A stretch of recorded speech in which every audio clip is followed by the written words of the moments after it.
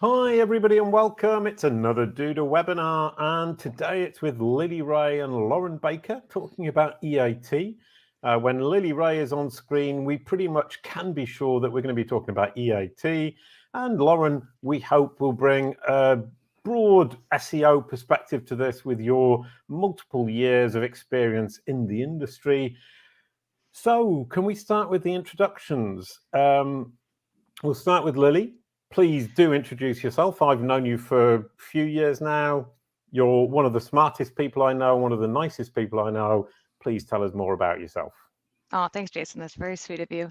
My name's Lily Ray, and I'm the Senior Director of SEO and Head of Organic Research at a digital agency here in New York called AMSIV Digital.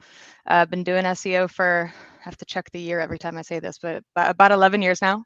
And it's my passion. So I'm super excited to be here. Thanks for having me. Brilliant. And then Lily's going to be giving a talk, a short presentation about EAT. And then Lauren is going to weigh in with his insights and comments. Lauren, you're another of the most delightful people I know, one of the smartest people I know in the industry. And you are the founder of Search Engine Journal, and you've been in the industry for what, 23 years? Way too long. But yeah, I do love this industry as well. Founder of Search Engine Journal. I've also been consulting for the past 20 years on the SEO side, content side, creatives development. So I really find that discussions around EAT kind of bring all of that together, and really looking forward to Lily's presentation and any of the questions that are going to come in today. Brilliant. That's a really good point, because what's lovely about EAT is it brings so many aspects of SEO and even digital marketing together. And from the EAT perspective, we can start to build out not only our our digital strategy, our SEO strategy, and our digital strategy. And for me personally, I don't know what you say, the emergence of EAT over the last few years has been such a relief from keyword stuffing and link building. And Lily is at the forefront of this, and that's so absolutely delightful. Now, before we go on, a little bit of housekeeping for the audience out there. Please do post your questions in the chat. We're going to get to them after the presentation. Post them during the presentation, because then we can integrate them into the conversation afterwards. If you don't post questions, I will ask questions that I think are interesting. And Lauren, I know you've got lots of questions and lots of incredibly great insights that you want to add. I've got a small list here. So from that perspective, welcome to I think this is the third Duda webinar I've been involved with. And Lily Ray, you're now going to give us a talk all about EAT in SEO, how to leverage it, what it means, and where Google is going with expertise, authority, and trust. So please share your screen. I was going to say scare your screen, but that would be very slightly strange. And take it away, Lily Ray. Awesome. Thank you so much. And I'm equally excited as Jason about the direction that Google's going in with EAT. I think it's been kind of a big turning point for SEO, getting away from, kind of like spammy tactics that used to work and shifting more towards focusing on expertise and authority. So we're going to talk about that today. Again, my name's Lily Ray. I just introduced myself, so I'll skip this slide. But I wanted to start with a slide that I've been using throughout the year from my friend who you may know named Glenn Gabe. He posted something really funny earlier in the year, like, "Welcome to Google Land. Please keep your hands, arms, and legs inside the vehicle at all times." And then he coined the term the spectacular summer of Google algorithm updates, because it really has been, 2021 has just been a crazy year in terms of volatility on Google. It seems like they've been launching updates like almost every week, or at least announcing them, and a lot of concurrent updates happening at the same time. So it's been a very hard year at the very least to just monitor like what the impacts are on performance. So we'll talk about some of those big updates today. And this was actually backed up with real evidence. So SEMrush and Morty from SEMrush actually pulled some data that confirmed that there have indeed been more algorithm updates in 2021 than in previous years. And the SERPs have been a lot more volatile. So it's been very hard with a lot of different confounding variables when it comes to analyzing the performance of your sites or other sites that you're monitoring, just because of so many different factors, but especially given that there's so many algorithm updates, both broad core updates and different types of updates rolling out concurrently. So just an overview of what that looks like. This is a tool that I love to use called Systrix. They label when major updates happen. So these little blue letters here are indicative of major core updates, as well as other big updates that Google has either announced, or in some cases, like unannounced updates that did cause a big shakeup. And I pulled in some example domains here that do tend to see volatility or changes during core updates. And some of the big ones here, I talk a lot about the Medic update that was August of 2018, really disproportionately impacted your money, your life websites like health and financial websites. But the same has been true, as you can see here, for a lot of big core updates like December 2020, June 2021. Most recently, we had this month, or I guess last month, the November 2021 core update. So it's just been a really volatile time, especially for sites classified as Your Money, Your Life, or YMYL. And you'll notice that every time a core update happens, or kind of other big updates that Google announces, even when it comes to like corporate communications that Google does as a business, they tend to talk a lot about EAT in different ways.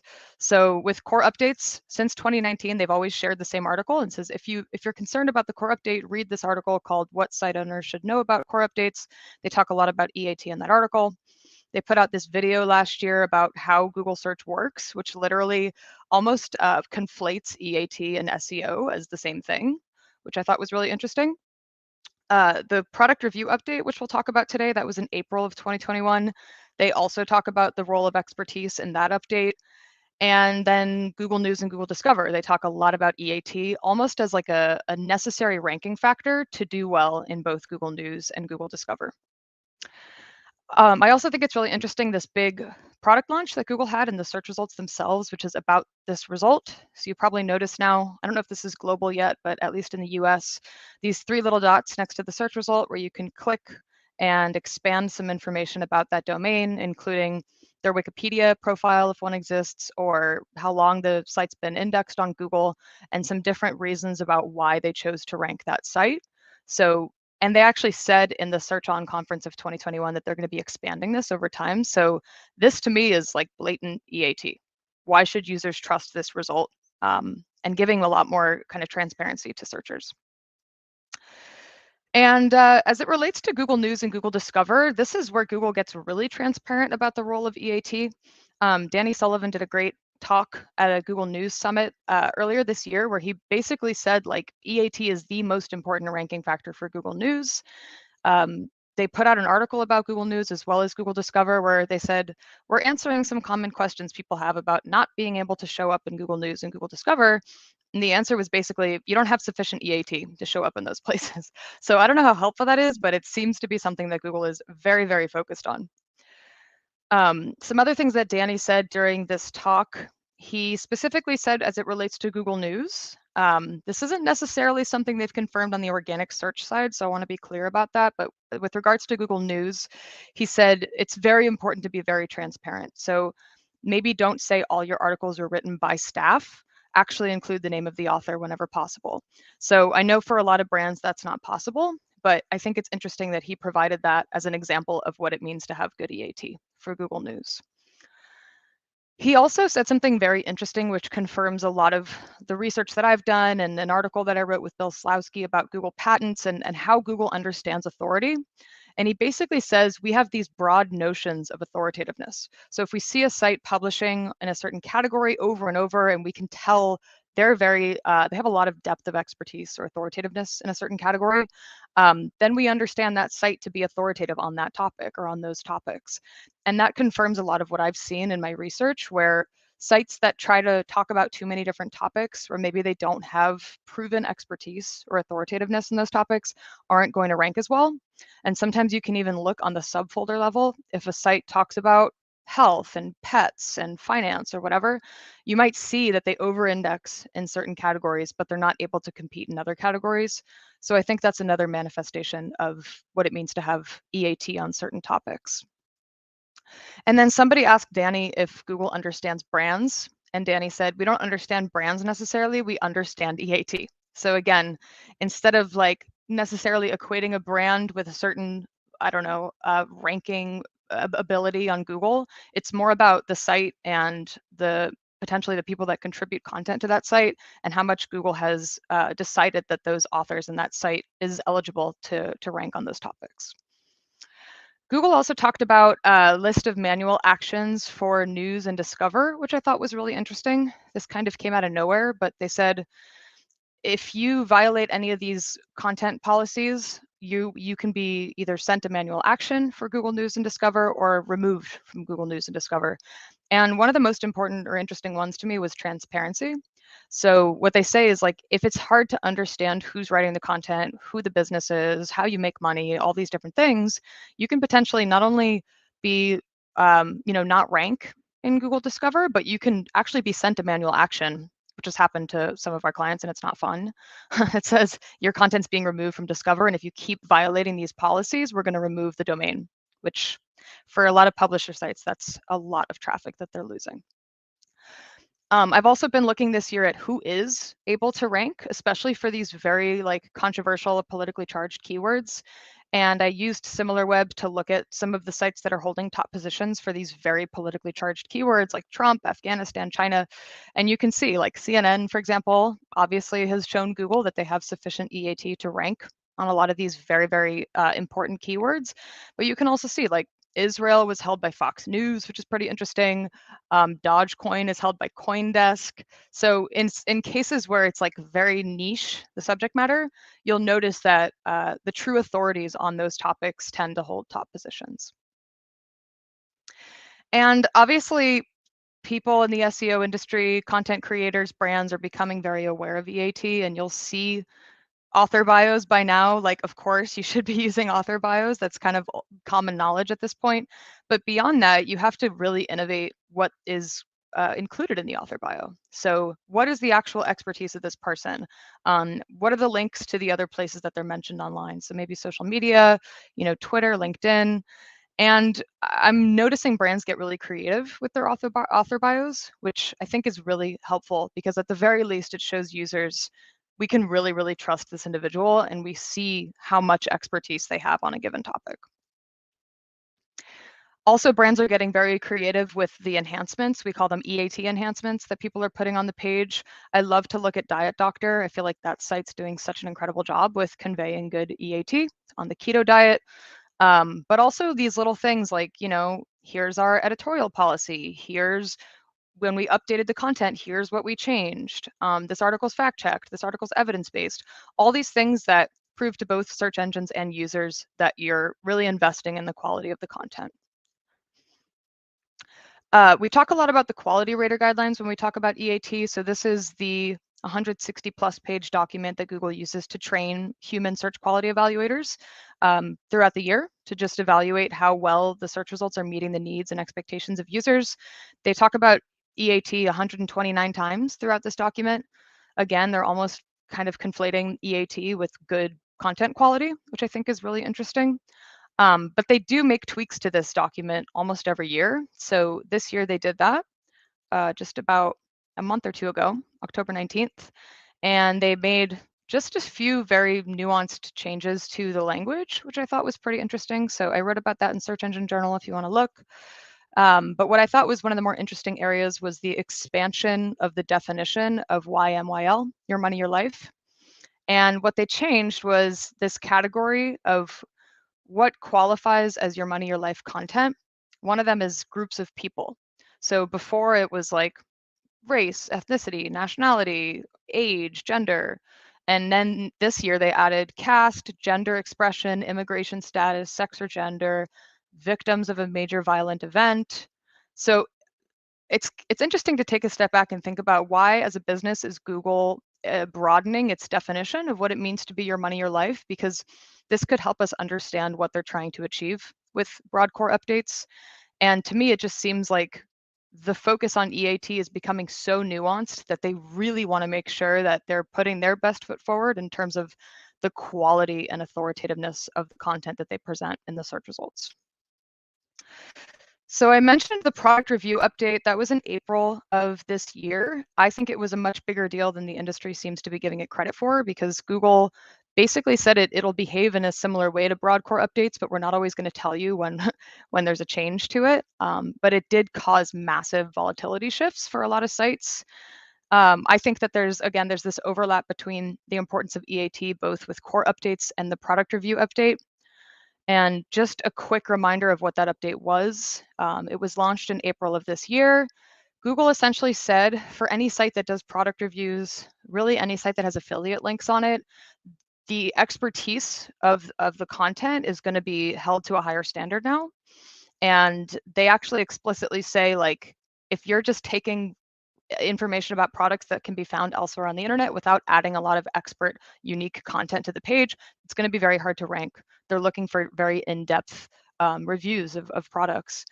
And I'm not going to go through all of these, but this is an example of the questions they're asking reviewers to think about when they incorporate their product reviews. So, like, basically, how much effort and energy and research did you put into the product review?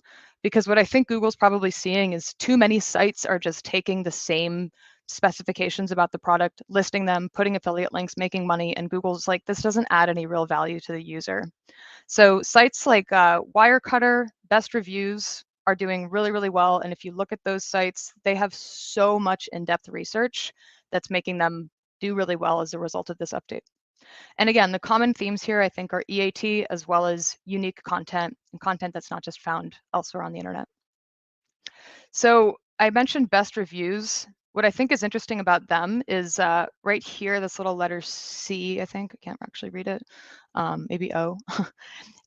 Beginning with the product review update, you can see with each subsequent core update, they've like completely skyrocketed off the charts in terms of SEO visibility. So it almost feels like the product review update down here and the subsequent core updates are somewhat connected in a certain way. But check out their content because they do a really good job demonstrating what it means to have good EAT from the product review standpoint. These are some other screenshots I took of sites that are doing really well with the product review update and ever since. So all these different examples of why you should trust the content, how much research they put into the content, how many products they tested, how many hours it took them to write the article. This is what Google's looking for when it comes to really affiliate content. And then the last thing I will say is I like to include this slide in my EAT decks because thank you, Google Search Console team, for launching this regex filter. It's so awesome. There's so many different use cases for it. This is just one example of how my team and I use it. So you can basically do question words like who, what, when, where, how, plus your brand name, or plus somebody that works at your company. That'll surface all the questions people are asking about your brand or your company. Or you can do these qualitative words like scam or fraud or return policy. So if you have any of those EAT issues with your brand, it makes it really easy to pull up the queries in Search Console that people are actually asking about your brand. So that's my whirlwind of EAT updates. So I guess we'll open it up to questions. Absolutely brilliant. I mean, that was a really nice summary of 2021.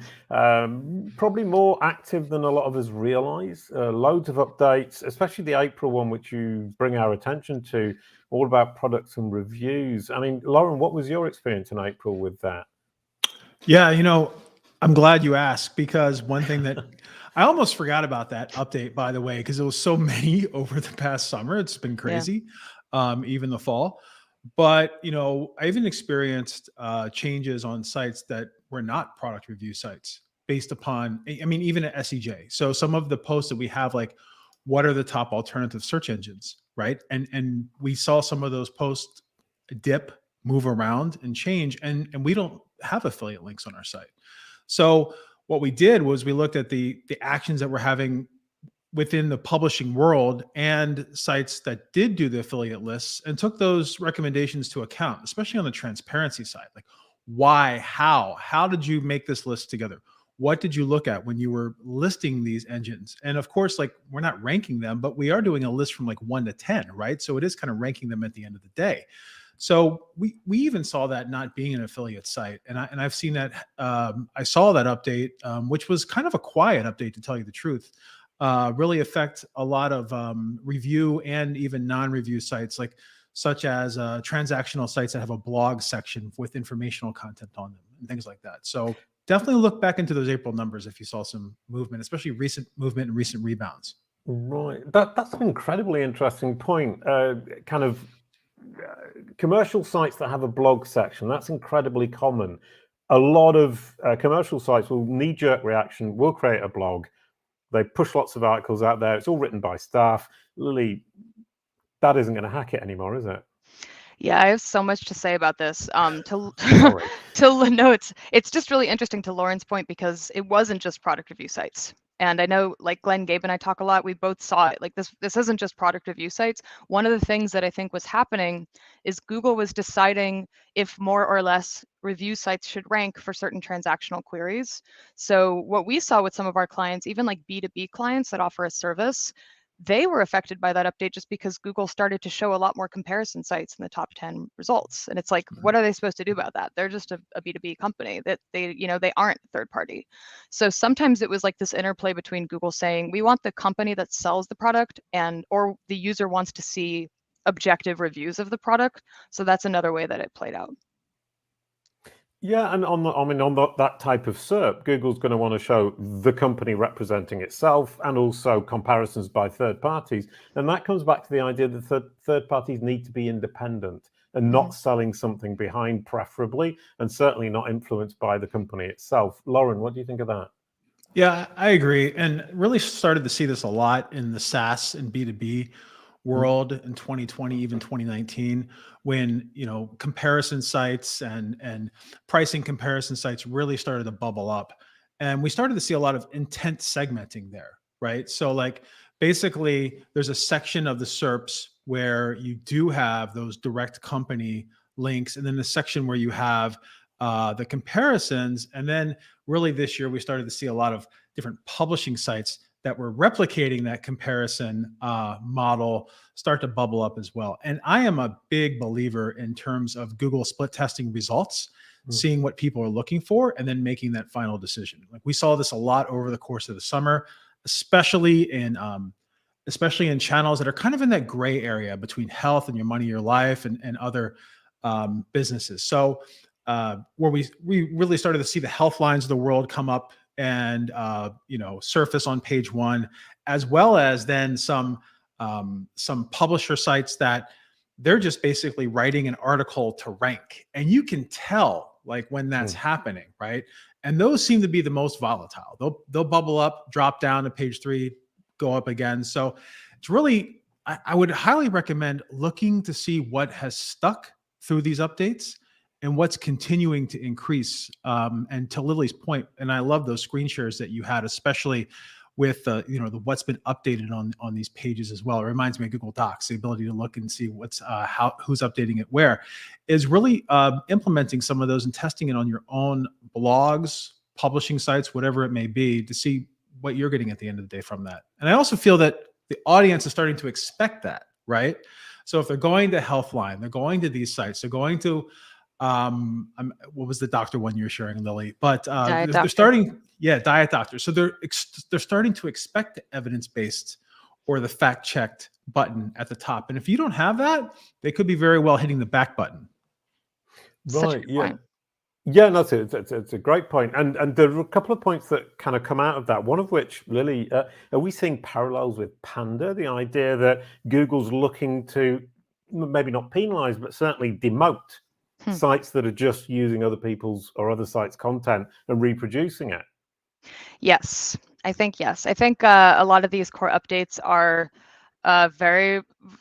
they resemble Panda. They're like a new version of Panda in many ways. A lot of the tactics that people have used in the SEO industry that they weren't trying to be black hat or gray hat, but if you read the definition of doorway pages, for example, it's kind of a doorway page. Like a lot of the content that people are putting on their sites is just rehashing content that exists elsewhere without a lot of unique insights or unique content. And to Lauren's point, the Healthlines of the world and the sites that are really investing in leveraging expertise, adding a unique perspective, spending a lot of time researching and showing how much research they put into the topic, those are the sites that are doing better than just directories that are rehashing the same content everybody else has. Right. Well, in fact, there's a double point there, one of which is do your research, write valuable articles, and the other is be transparent about it and make sure that both your users and Google notice it. And that appears to be phenomenally important, that transparency, but it's a transparency at page level, not at site level, or both. It's both. And I think Lauren brought up another really good point, which is that the users expect it. So if it's at a point right now where users are expecting to see certain signals as part of the page, at the very least who wrote it and when it was written, but also like if it was fact checked, what are the editorial policies? If you think about the way Google literally works, it's that when it notices that all the most authoritative sites have those page elements, it becomes a ranking factor. It becomes an expectation of the page. So a lot of people are like, well, EAT, there's no confirmed ranking factors. The ranking factors are the ones at the best sites, best pages, most authoritative sites that continue to rank for all the most important keywords. Whatever they're doing, we should be looking to those sites for what it means to have good EAT. Right. And I think kind of people forget that this is machine learning and the machine is looking for patterns, and what you just stated, it is a pattern. And the idea that people at Google are actually coding this in line by line is completely false. It's machine learning looking to figure out what are the patterns that it should be looking for to be able to achieve the goals that the engineers at Google are setting it. And it's those goals that we're looking at. It's the aim of what they're trying to do. Sorry, Lauren, I interrupted you. Oh, no problem. It just occurred to me the parallel between with fact checking what the social media networks have been doing, like Right. Facebook and Twitter, right? Getting into that fact checked information, labeling something as fact checked, giving like citations before you even click on the article, happening at the same time that it is happening at Google. So people are expecting to see that based upon their experiences outside of Google. Right, yeah, and the other thing is, as marketers, we often forget that we're also users. And if we were, as a user, when we when we land on a page that's obviously been created for the pure aim of attracting us to then push us through to an affiliate, we're really annoyed. And yet, as marketers, a lot of us still do that. That's how we make money. Sorry, yeah.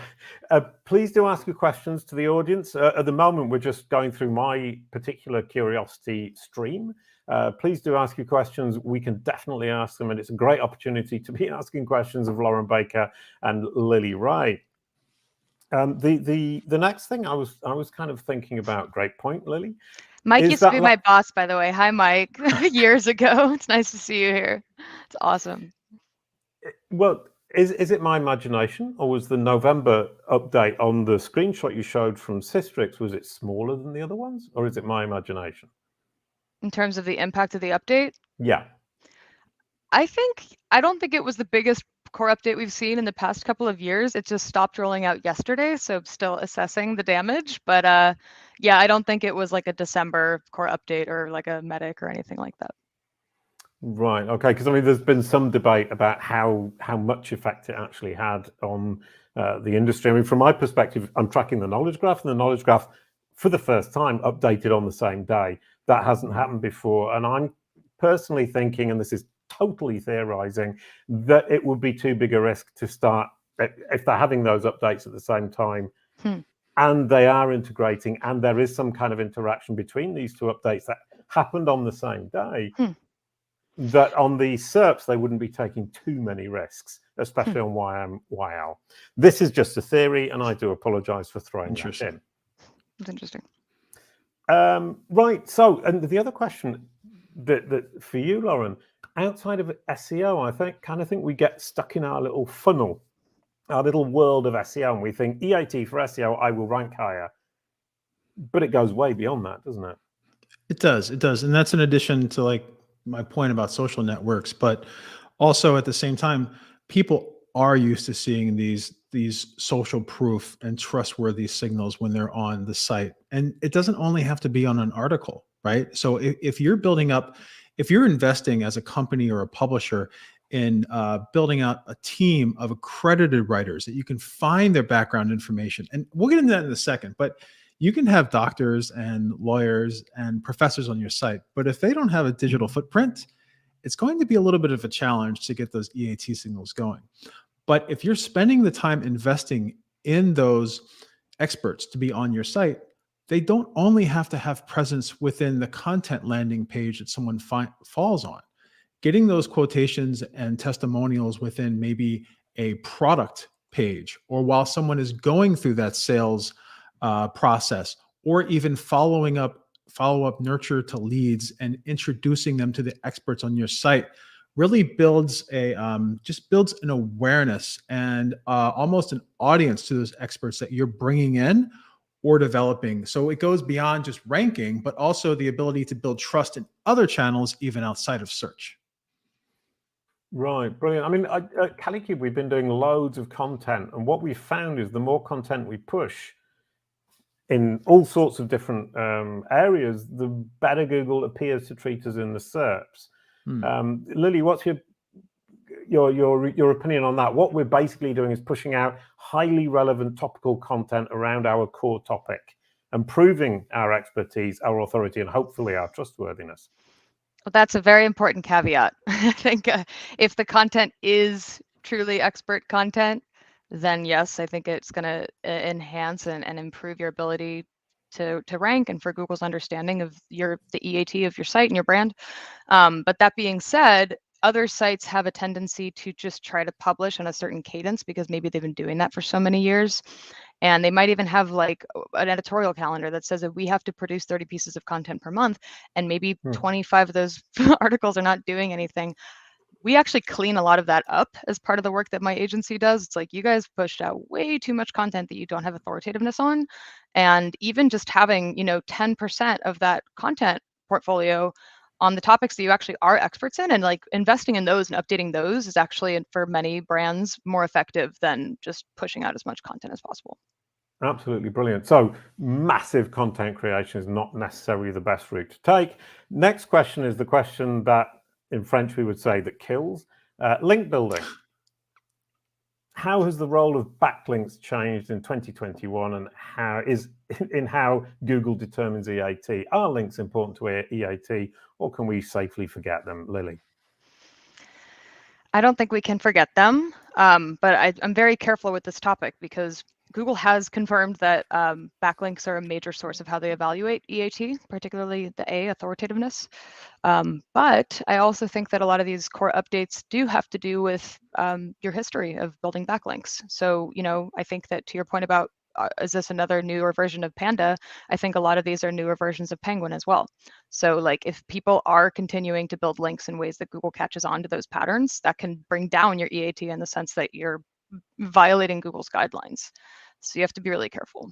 Right, yeah, and Lauren, we had the basically spam updates in the summer as well. So these two tied together. How much are they tying together? How much are the spam updates and the EAT and this general kind of, let's say, quality improvement all linked together?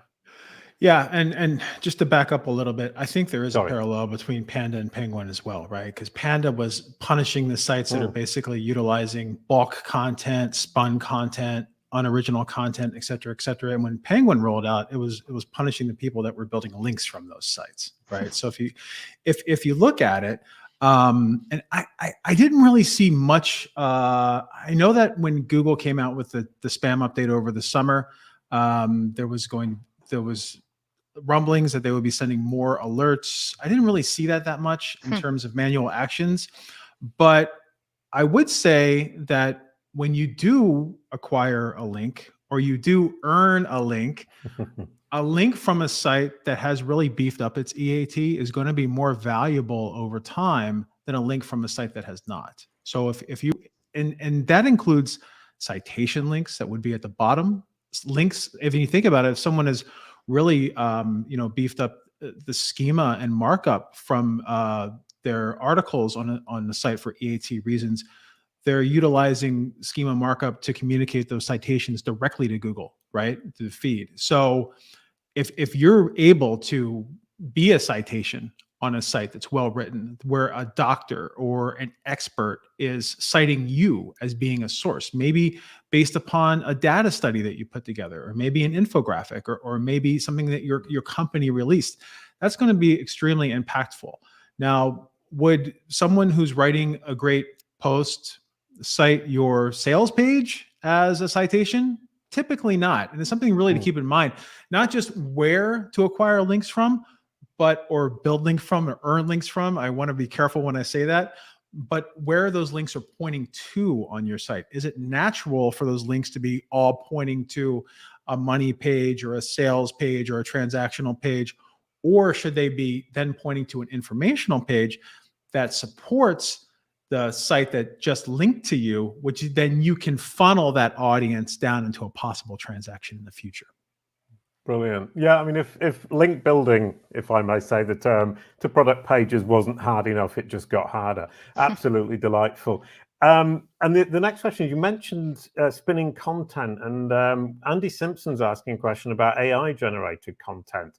There must be a big EAT problem with that, Lily. Honestly, I don't know the answer to this yet. I think Google has said it's in some cases it's fine if it's like, you know, indistinguishable from what a human being would write. But what I think is the bigger concern is that you're missing the human element of the new original, you know, angle to writing content, which I think I've seen the most effective performance of content come from real experts that are true experts, because they're providing information in the article that is coming from actual subject matter expertise. It's not just using AI or machine learning or whatever SEO tools tell us you should be using these terms. It's like they're using what they actually know. So that's what I think the biggest risk is. Probably you can rank with AI generated copy. I'm sure that's fully, you know, entirely possible, but it's lacking the true expertise that I think is crucial to be able to distinguish your content. Right. Yeah, I mean, my reading of that has been, you know, I mean, I use Instatext, and I'm not sponsored by them or anything. I just use it, and I put my text in there and think, oh, actually, that does read better than what I wrote initially. So I'm using AI to help me to write a little bit better. And some suggestions, I actually tried generating an automatic article using one of these platforms, and it came up with a pretty awful article, but the structure was really good. So I basically took the structure and then just rewrote the rest of it. Lauren, have you had any experience using that? I mean, Andrea Volpini from WordLift talks a lot about the dance between humans and machines.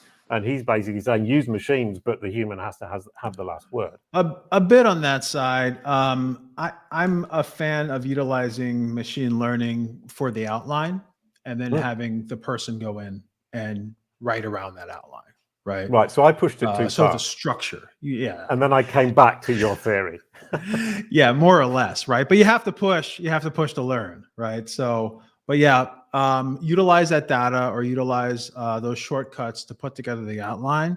But I mean, also, if you think about it, you're going to want to have an author that's writing on your site. If they have their own site, do you want two different writing styles at the end of the day? If I was Google, I would just be like, that's a red flag to me. They're writing on this way on one and this way on the other. That's totally a signal at the end of the day. It's like cheating at school, getting your sister to write your homework, which I did. Nothing.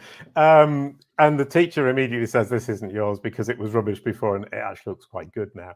Lily, you just posted that there's a December product review update right now, which means this exact minute. Wow. Right Please now. announce it. I just got great timing. words. I guess I mentioned before, like the product review update in April, they told us that they wouldn't necessarily tell us when the new version of it rolls out, because with Broadcore updates, they say we're launching a new one today. Originally, they said they weren't necessarily going to do that, but I guess today they just confirmed that they're launching a new one. So, yay. Right. Never a dull moment.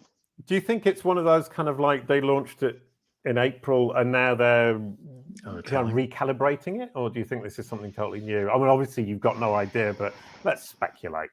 It's so hard. Like, so the way I do my work is I try to reverse engineer what I see from the data.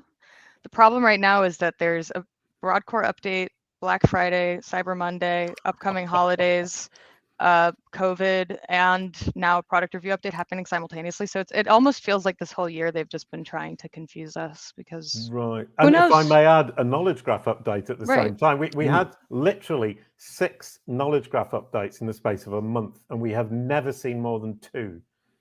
And these coincide with all of these other updates you're talking about.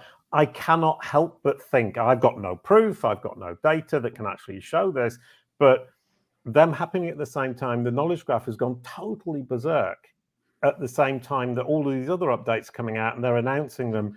I think we're in the middle of something very major. Lauren, would you agree? I'd agree. And I'd also say that, I wouldn't be I'm happy. surprised if there were micro updates that have been happening since April. I'm a big fan on the product review side and multiple sides. I mean, it seems like right now, not having an update is bigger news than actually having an update. Like, we're living in this world of 2021. Is it 2021 already? But and 2022 soon. But another thing too, I would highly recommend, I do this a lot, on the weekends, search for terms manually or utilizing a device on your phone, utilizing incognito mode. You're going to see a lot of changes in the SERP landscape for transactional queries that have been replaced with informational content. You're going to see the shops insert where you can search more shops. You're going to see a lot of changes. It seems to start like right after midnight on Friday night and end at the end of the day Sunday, but it's become like my favorite weekend hobby, which is kind of lame, but it's my favorite weekend hobby. It's just like searching in incognito mode on my mobile device to see what's happening. Wow. And it's a nice precursor to be able to prepare for where Google's going. Right, and that's or at least get an idea interesting. of what they're testing. Well, I mean, as a developer, part-time developer, I always think, never update on a Friday, never do anything the weekend, because you'll have to work all the way through the weekend. Google seem to be throwing that completely out the window, and pretty much everything happens at the weekend, because once again, knowledge graph updates appear to be pretty much always a Saturday or a Sunday. And it would seem that Google engineers simply spend their weekend working and presumably take the week off. Lily, sorry, the next question, let's come back to the real world of functional and pragmatic advice. People are asking, how do you actually structure an author bio? Obviously, you want to make sure that Google understands that the author is an expert and that they're authoritative. What's the best way to structure their bio so that you can convince Google? Yeah.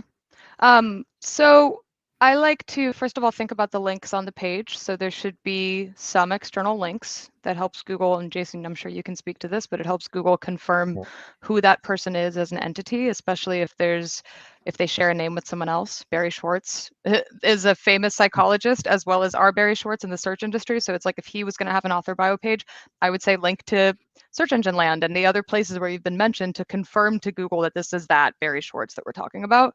So that's one thing. Obviously, you should link to the articles that you've written or whatever you've contributed to the website that you're on.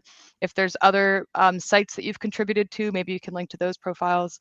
And then I like author bios that do more than just provide like text. So maybe if there's videos or podcasts or interviews that they've done, if there's pictures of them, treat it like a microsite for that person. And in many cases, those pages actually rank. I think SEJ, we were just talking about this, like author pages on SEJ rank for the people's name. So when you think about it from that standpoint, now it's a personal branding strategy. So whatever you want the world to see about you, you should put on that author page. Right. Okay. Yeah, and that's my whole bag. And as you say, the Search Engine Journal author page ranks, and I've been playing off that for several years now, which is delightful. Lauren, the next question is Lilian von Ruxenborn, which I can't say. What are your thoughts on the depth and length of an author bio? Now, how much detail you should go into on the blog post itself as compared to the author page? On the blog post itself, well, I mean, I typically try to have the blog post author box be more of a preview of what's on the author page itself by referencing that author page. And if you think of the author page as an About Us section specifically for that author, doing that makes complete sense. Like, read more about Lily Ray here on her Search Engine Journal author page, right? But at the same time, you can also, when you're putting together author pages, make sure that that data that you're having on that page is not only synced up with your markup and your schema, right? So you can show things like credentials, certifications, their job title within the business, the company that they work for. Everything on that page can be mirrored in your schema markup, but also it's reciprocity, right? So I could write an article on my site and I could put Jason, I could put your image there, I could put Lily's image there, and I could say, oh, this was written by Lily Ray. Here's all of her information on the author site, yada, yada, yada. If she's not listing on LinkedIn or her own site or another site that she's a contributor to my site, that's just a one-way street, right? Now, if I'm an SEJ or a Healthline or a news site, chances are I would not put that there maliciously. But if you're a site that's not really known and you're doing that, ask the authors to link back to you, because then link back to you or cite you from LinkedIn or do something, because then Google actually sees that that expert is associated with you. And at the same time, don't just stop on the author page. In the world of SEO, we're really lucky at SEJ, because a lot of the authors, they're also doing personal branding, right? They're all over the place. Their digital footprint is huge. But you know, start looking at like veterinarians or doctors or lawyers and people that do not have the time or really the interest in building out their digital footprint as much, and train them up, train them how to personal brand, train them how to even get an assistant to help them set up their LinkedIn, to help them list on LinkedIn that they've contributed these projects or these publications on your site, and really build that up. Because then I've seen a couple of questions in here about, oh, what if someone's writing on your site and another site and another site and another site? Well, that's great. And there's a lot of really savvy experts right now that are marketing themselves as having that footprint and that expertise. But if you already have someone internal, invest the time in teaching them how to build out their digital footprint, so Google better associates them as being an expert in their field, which can help your company and your site at the end of the day as well. Which is absolutely brilliant. I mean, I focus on the entity home, the idea that each entity, each person should have a home on the web. Each company should have a home on the web. It's one page on a site you own. And then you end up with what you're talking about, these reciprocal links. And traditionally in SEO, we've been incredibly stingy with our outbound links. But this is a case where you're saying, I need to link to them, they need to link to me. And we need this machine to go around in circles, seeing this confirmational information. Confirmational corroboration, as we might call it. And that's when the machine understands. The machine is a child. It wants to understand. Once it's understood, that cycle will make it confident that that understanding is correct. And as you say, that builds up your EAT, assuming you deserve it. Now, the next question for you, Lily, is Luca. I'm always picking all the names I can't say.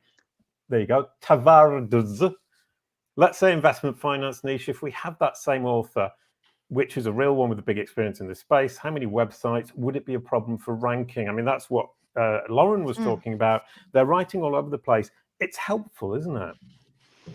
Yeah, I think it's probably a good thing as long as the person's not just saying the same thing over and over. Right. I think that one of the benefits of EAT, or one of like the best strategies you can use, is to use a real expert. So hopefully it's not just like a freelancer that you use that doesn't actually have experience in the field, but they've written about it a lot. So like, you know, hopefully it goes deeper than that, because what you can see is like when one of us talks about SEO, we probably say something different every time because we have like so much experience that it's like we write different stuff all the time. And I think that's good because it shows Google they actually know on a lot of different topics within this field of SEO or whatever it is.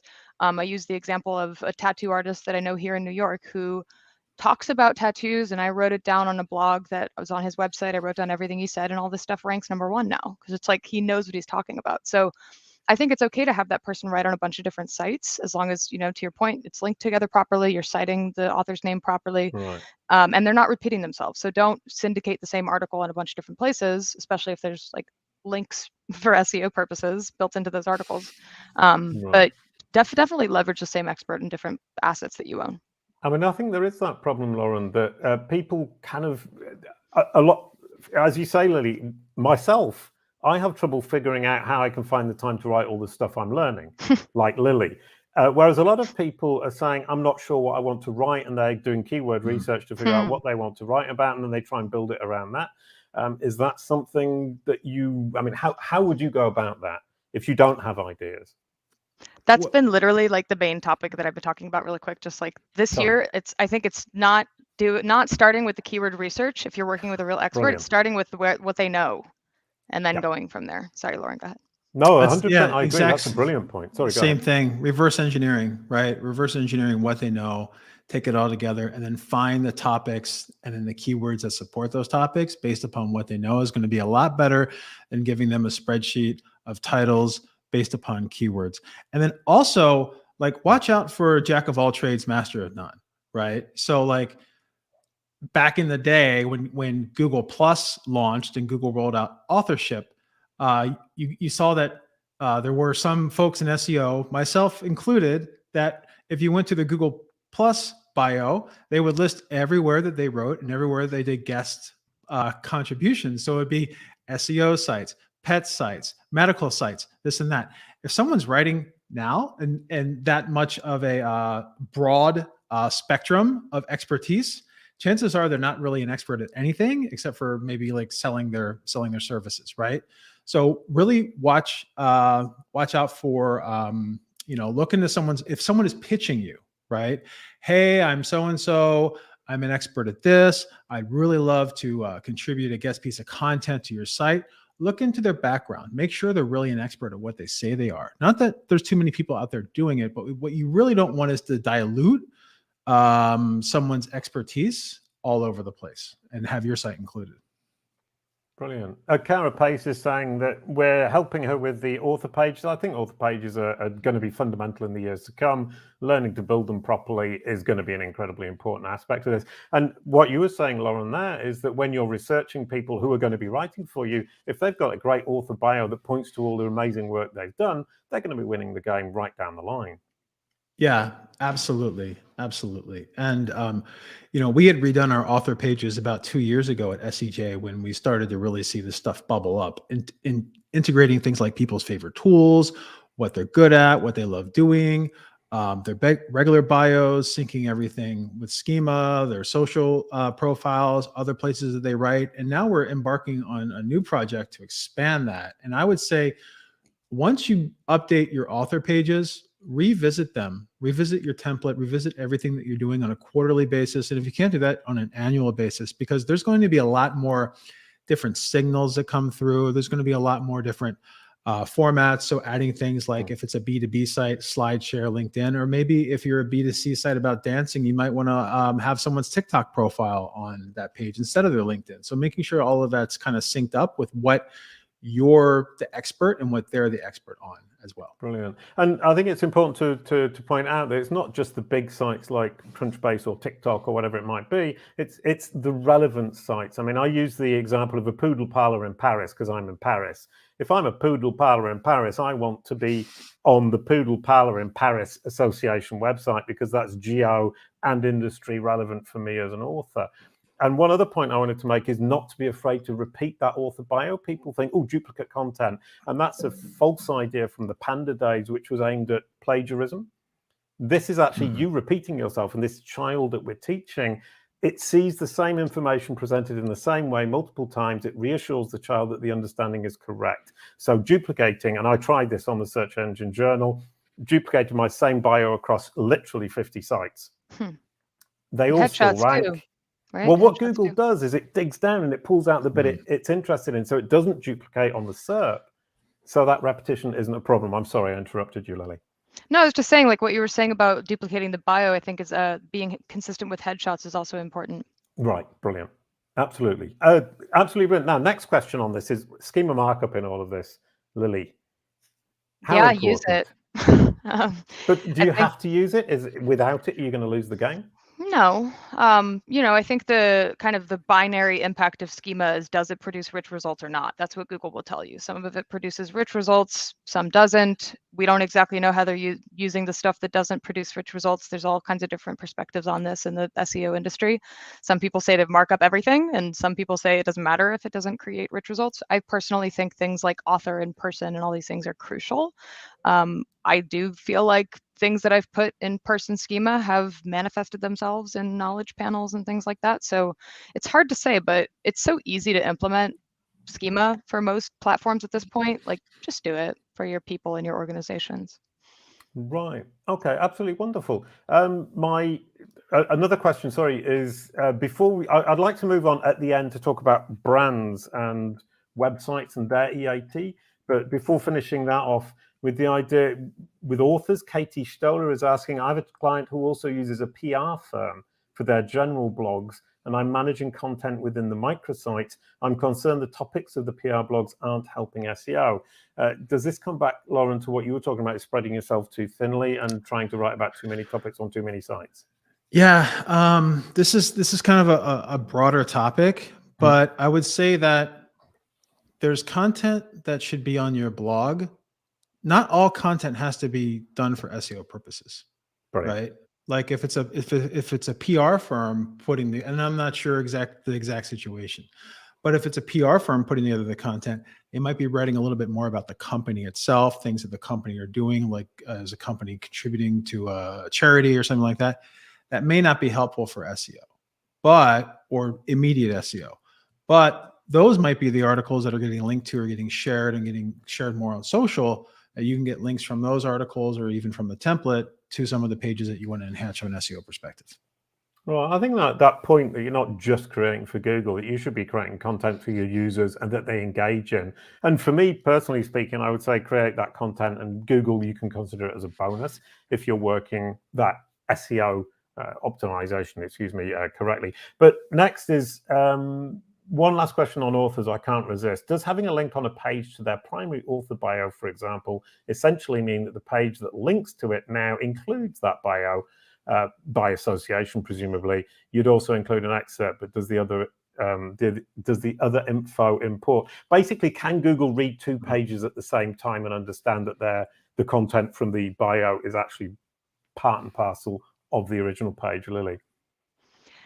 Yeah, it's a good question. I think Google understands certain attributes of a page. So date updated, date published, modified, author name, all these things, especially if there's a link to a byline that the author, every time there's a page template that has a byline link to an author page, they understand the connection between that content and the content on the page. Even if you have the author bio as like a little pop-up or at the bottom of the page, I think plenty of big sites, maybe even like the New York Times, for example, sometimes include bylines of authors as part of the article content. To your point, Jason, that's not duplicate content. That's templated content on the page that's expected for many high quality journalistic publications. So whatever format you want to use, I think is perfectly fine. But I would, to your point, Jason, have a home for your entities. So even if you are including some byline information on the article template, you should still have a dedicated page for them.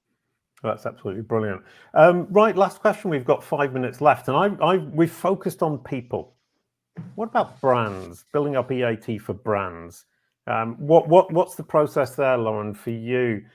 If I'm saying, right, I've got all these people writing for my brand, but my brand also needs EAT in order to perform on a more global SEO scale, what's the first steps?